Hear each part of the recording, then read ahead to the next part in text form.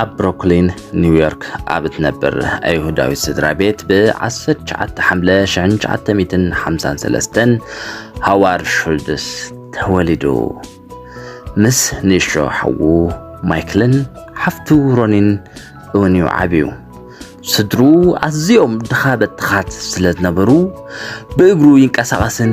ይጎይን ነበረ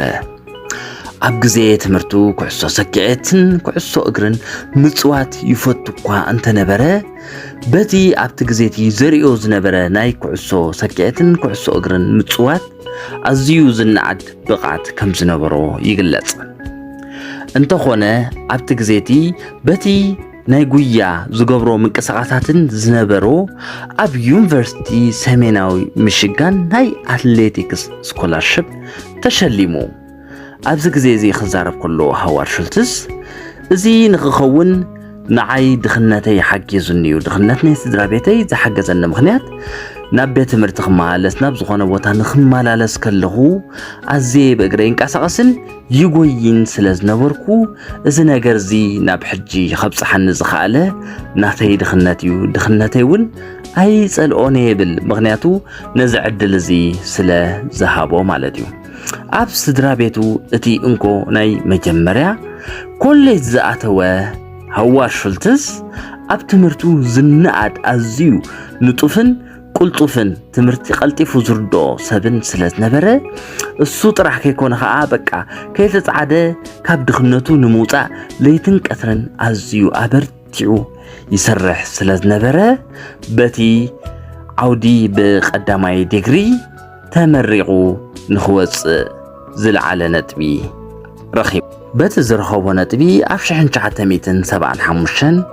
ካብቲ ዩኒቨርሲቲ ብኮሚኒኬሽን ናይ መጀመርያ ዲግሪ ድሕሪ ምራቕ ኣብ ዜሮክስ ኮርፖሬሽን ከም ሸያጢ ክሰርሕ ጀመረ ኣብቲ መሸጣታት ዝገብሮ ዝነበረ ካብ መዓልቲ ናብ መዓልቲ ዝነኣድ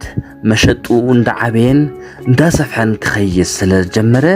ብድሕሪ ኣብቲ ስራሕ ዘርኣዮ ዝነኣድ ስራሓት ናይ ሙሉእ ወኪል መሸጣ ደረጃ ንኽበፅሕ ግዜ ኣይወሰደሉን ኣብዚ ግዜ ንኽበፅሕ ይብል ሃዋርድ ሹልትዝ ኣዝየ ብዙሕ ፅዒረ ኣዝየ ብዙሕ እውን ደኺመ ስለዚ እዚ ደረጃ እዚ ንዓይ ይግባኣኒ እዩ ናተይ ፃዕሪ ስለ ዝኾነ ፈጣሪ ብዝሃበኒ ፀጋ ተጠቂመ ኣብዚ ደረጃ በፂሐ ኣብ 1979 ስርሑ ቀይሩ ምስ ሽወደናዊት ኣፍራይት ቡን ሃምፕላስተር ተጸምቢሩ 10 ሰራሕተኛታት ዘለዋ ናይ ኣሜሪካ ስራሕታቶም ሓላፍነት ዝተሰከመ ቀንዲ ኣካያዲ ስራሕ ኮይኑ ይሰርሕ ነበረ ንዛ ሽወደናዊት ኣፍራይት ቡን እውን ኣዝዩ ዝለዓድ ንጥፈታት ይገብር ስለ ዝነበረ ነታ ትካል ኣዝዩ ንኸስፋሓ ግዜ ኣይወሰደሉን እንተኾነ ኣብ 1981 ናብ ሲያትል ኣብ ዝገበሮ ዑደት ንሓደ ዓሚሉ ናብ ስታርባክስ ኮፊ ካምፓኒ ዝተባለ ንእሽቶ ድኳን ፍረቡን በፂሑ ነቲ ካምፓኒ ክዕዘቦ እውን ስለ ዝኸኣለ እቲ ኩባንያ ብዛዕባ ቡን ዘለዎ ኣፍልጦ ኣዝዩ ከም ዝመስጦን ኣብ ቀረባ ግዜ ድማ ምስኦም ክሰርሕ ዘለዎ ተገዳስነት ይገልጽ እሞ እቶም ትካል ስታርባክስ እውን ሃንጎፋይ ኢሎም ተቐበልዎ ምስ ዝነበሮ ልምድታትን ምስ ዘካየዶ ናይ ህይወት ተመክሮን ኣዝዮም ክዓግብሉ ስለ ዝኽኣሉ ማለት እዩ እዚ ድሕሪ ምግባር ናብ ቦታ ስርሑ ምስታሽወደናዊት ትካል ተመሊሱ ሃዋርድ ሹልትዝ ምስኦም ድሕሪ ምጽናሕ ካብኦም ተፋኒዩ ድሕሪ ዓመት ናብ ስታርባክስ ከም ዳይሬክተር ስራሓት ቸርቻሮ ዕዳጋን ኮይኑ ተጸምቢርዎ ኣብቲ ዝተጸምበረውን ኣዝዩ ንጡፍ ስራሓት ዝሰርሕን ኣዝዩ ዓቢ ንጥፈታትን ዓወታትን ክጓናጸፍ ስለ ዝጀመረ ኣዝዮም ተሓጎሱ ኣብቲ ግዜቲ ግን ስታርባክስ ፍረቡን ጥራይ ሸይጥ ስለ ዝነበረ በዚ ነገር እዚ እንዳገስገሱ ከለዉ ሓደ ግዜ ሹልትዝ ናብ ሚላኖ ጣልያን ናብ ምዕዳግ ጉዕዞ ብምኽያድ ዳርጋ ኣብ ነፍሲ ወከፍ ጎደናታት እንዳቡን ከም ዘሎ ኣስተባሃለ ኣብቲ ጎደናታት ምስ ዝተባሃለውን ሹልትዝ ኣይሓመቐን ነቲ ሃዋሁ ንኸጽንዕ ጀመረ እንተኾነ ብጀካቲ ጥዑም ጣዕሚ ዘለዎ ናይ ካፑቺኖን ማኪያቶን ብደቁ ምስ ሰባት ብሉጽ ናይ ምዝንጋዕን መጸበይ ቦታታትን ከም ዝኾነ ኣስተባሃለ። ድሕሪዚ ምስ ተባሃለ እውን ሹልትስ እዚ ነገር እዚ ናብ ዓዱ ንኸተኣታትዎ እዚ ነገር እዚ ንኽገብር ኣብ ስታርባክስ ኣዝዩ ሃረር በለ። ብዙሕ ግዜ ክወስድ ግን ኣይደለየን። ታዊኹ ናብ ሲያትል ተመሊሱ ክዛተ ምስ መስረቲ ስታርባክስ መስተቡን ንምሻጥ እንተኾነ እቶም መስረቲ ይቕበልዎ ኣይከኣሉን። ድሕሪ ብዙሕ ውረድ ደይብ ፃዕሪ ክርክርን ግን ኣብቲ ሓድሽ ዝኸፍትዎ ትካል መስተ ምሻጥ ቡን ኣፍቀድሉ እንተኾነ እታ ትካል እቲኣ ኣዝያ ኣብ ሓፂር ግዜ ኣዝዩ ልዑል ኣታዊታት ክትገብር ስለ ጀመረት እቲ ነገር ናብተን ካልኦት ዱካናቶም ንኸስፋሕፍሑ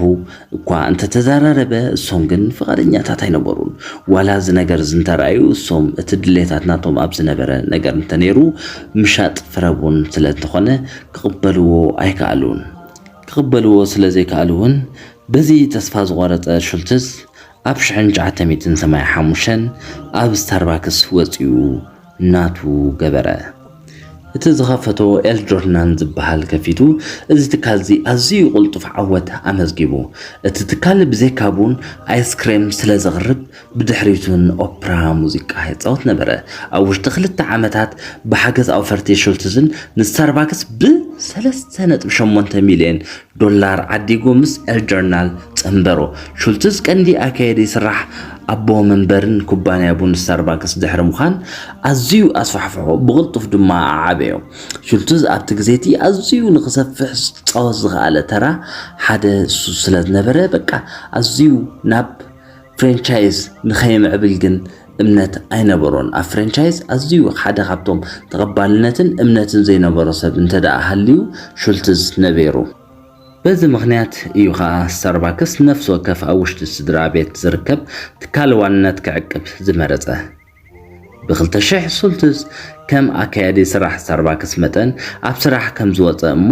ነቲ ኩባንያ ኣብ መላእ ዓለም ንኽሰፍሕ ዝሕግዝ ቀንዲ ዓለም ለኻዊ ስትራቴጂ ኮይኑ ከም ዝዓዪ ኣፍለጠ። ይኹን እምበር ድሕሪ 8 ዓመት ኣብ ጥሪ 2008 ሹልትዝ ቀንዲ ኣካያዲ ስራሕ ኮይኑ ተመሊሱ ኣብ ዓለም ኣብ ስታርባክስ ንላዕሊ መስተቡን ዝሸይጥ ትካል ኣብዚ ሕጂ ግዜ እዚ የለን። ዳርጋ ኣብ መላእ ዓለም እኳ እንተተባህለ ስታርባክስ ኣብ ዓለም ክሳብ 35,717 ካፈታት ኣለዋ ኣብ ዝተፈላለየ 80 ሃገራት ማለት እዩ። ካብ 2019 ክሳብ 2023 ቁጠባ ዓመታዊ ጠቕላሊ ናይ ስታርባክስ 2019 ክሳብ 2023 ቁጠባዊ ዓመታት ጠቕላላ 14,513 ይውነን። ሹልትዝ እውን ዝተፈላለየ ናይ ቢዝነስ መጽሓፍታት ጽሒፉ እዩ። ገለ ካብኡ onward how Starbucks fought for its life without losing its soul, pour your heart into it, from the ground up, for the love country ዝኣመሰላ መጽሓፍታት ሓቲሙ ኣሎ። እተን መጽሓፍቲ ኣዝየን ለወጥን ጸለውትን ኣብ ቢዝነስ ስለ ዝኾና ንኽነንብበን እውን በዚ ኣጋጣሚ ንዕድም። እምበኣርከስ ሕጂ ሹልትዝ ጡረታ ወፂኡ ምስ በዓልቲ ቤቱን ደቁን ግዜ ይሕልፍ ኣሎ። ስለዚ ቤተሰብ ናይ ለቨል ኣፕ እምበኣር ሹልትዝ ካብ ድኽነት ተስዩ ከይተጻዕደ ከይተሸገረ እዚ ኮይኑ ኸይበለ ዓወታቱን ራእይታቱን ኣብቲ ዝገብሮ መስራሓት ይነጥፍን ይዓይን ይጽዕርን ስለ ዝነበረ ኣብዚ ደረጃ እዚ ዳርጋ ኣብቲ 80 ኣብ ዓለምና ዘለዋ ሃገራት ክበጽሕ ክኢሉ እሱ ጥራሕ ከይኮነ ከዓ 35,717 ካፈታት ክኸፍት ዝኽኣለ ሓደ በይኑ እንተሃልዩ ሹልትዝ ጥራሕ ስለ ዝኾነ እዚ እሱ ክገብሮ ዝኽኣለ እሱ እውን ከማናሰብ ክሳብ ዝኾነ ንሕና እውን ነዚ ነገር ክንገብር ንኽእል ኢና። ጥራሕ ርድኢትና ዓቕምታትና ነገራትና ክርዳእን ክነስተንትንን ክንከውን ከም ንኽእል እምነት እንተሕራሊና እምነት ጥራሕ ከዓ ዘይኮነ እቲ ኺደት ክንከዶ ክሳብ ዝጀመርና ክንዕውቶን ክንጭብጦን ዘይከኣል ነገር ኣብዚ ዓለም የለን ካብዚ ክንወስዶ ዘለና ነገር ወብልክዕ ድኽነት ህልወናይ ወብልክዕ ተሸጊርና ክንብሉ ንኽእል ኢና ግን ሽግራትና መንጠሪታት ክንጥቀመሎም ንኽእል ኢና ልክዕ ከምቲ ሹልትስ ነቲ ግዜቲ ናይ ትራንስፖርትን ናይ ስኩል ባስን ክኽፈለሉ ስለዘይከኣለ ጉያ ተለማሚዱ በቲ ዝተፈጥረሉ ናይ ኣትሌቲክስ ድማ እሱ ኣብቲ ቤት ትምህርቲ ዝለዓለ ነጥቢ ብምምፃእ ስራሓቱን ከምኡ እንዳበለ ዓብዩ ኣብዚ ሕጂ ደረጃ ስለ ዝበፅሐ ንሕና እውን እንታይ ክንገብር ንኽእል እንታይ እዩ ዓቕምና እንታይ እዩ ፀጋታትና ብምልላይ ኣብቲ ደሊናዮ ዘለና ራእይና ክንጭብጥ ንኽእል ኢና ንዕኡ ክንሓልፎ ጥራሕ ዘይኮነ ክንዓፅፎውን ንኽእል ኢና ጥራሕ ንጠቀመሉ